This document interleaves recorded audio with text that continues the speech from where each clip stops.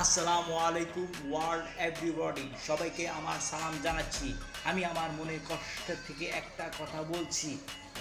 যারা দর্শনকারী তারা অনেক পাষাণ হৃদয়ের জানোয়ার, ঠিক আছে? তাদের বোনদেরকে, তাদের মেয়েদেরকে, তাদের বউদেরকে যদি এনে সবার সামনে দর্শন করা হতো, তাহলে তারা বুঝতে পারতো তারা তাদের কাছে কেমন লাগে, ঠিক আছে?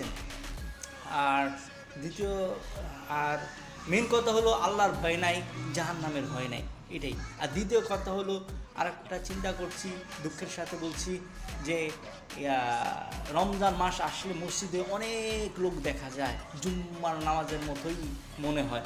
কিন্তু রমজান চলে গেলে এই মানুষগুলো কোথায় চলে যায়? একটা নামাজি লোক 12 মাস নামাজ পড়বে, এটাই তো কথা। এটাই তো কথা। মেন কথা হলো আল্লাহর ভয় নাই, জাহান্নামের ভয় নাই, ঠিক আছে? আর আমার এই ভিডিওটা ভালো লাগলে অবশ্যই সাবস্ক্রাইব করবেন। আল্লাহ হাফেজ।